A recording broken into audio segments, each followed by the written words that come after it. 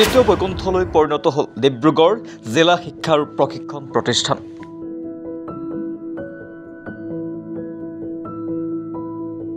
সকলোৰে মংগলৰ বাবে অনুষ্ঠিত হ'ল হৰিনাম কীৰ্তন।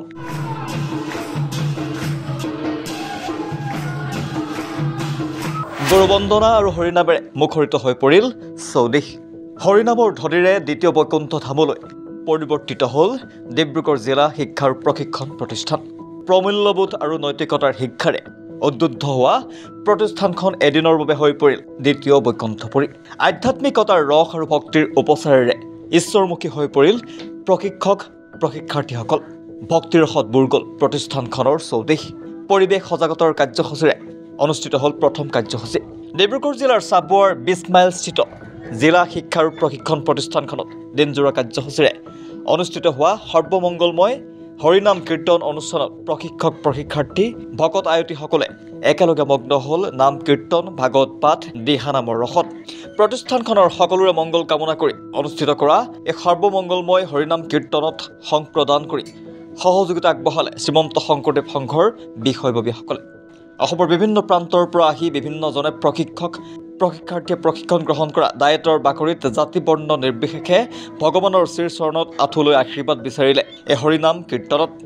এনেদৰে এদিনৰ বাবে ডিব্ৰুগড় জিলা শিক্ষা আৰু প্ৰশিক্ষণ প্ৰতিষ্ঠান গুৰুবন্দনা হৰিনামেৰে মুখৰিত হৈ পৰিল।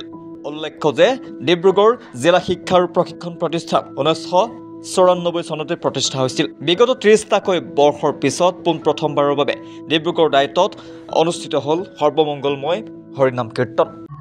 কৃষ্ণ আমি ল'ৰা ছোৱালীবিলাকৰ আমাৰ শিক্ষাৰ্থীসকলৰ মানসিক বিকাশৰ লগতে আধ্যাত্মিক বিকাশৰ ওপৰত গুৰুত্ব দিছোঁ। সাধাৰণতে বিভিন্ন কমিশ্যনবিলাক আৰু ৰাষ্ট্ৰীয় শিক্ষা আঁচনিবিলাকে কৈ থাকে আধ্যাত্মিক বিকাশ কৰিব লাগে, আধ্যাত্মিক দিশ বিকাশ কৰিব লাগে।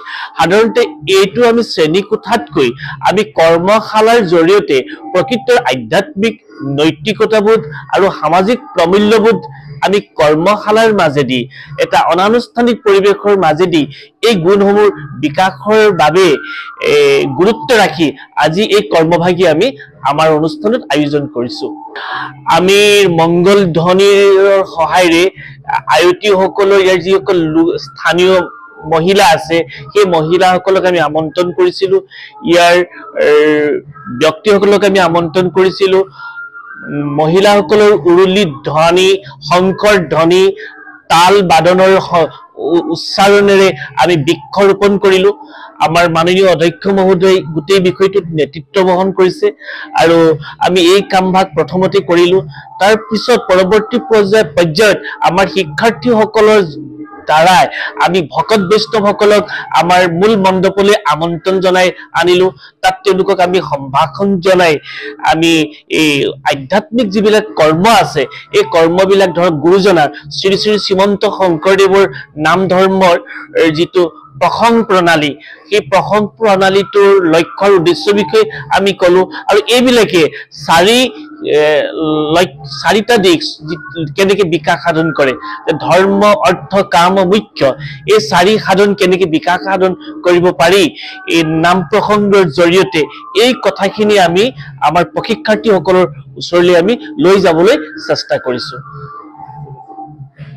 Report, Church the reality.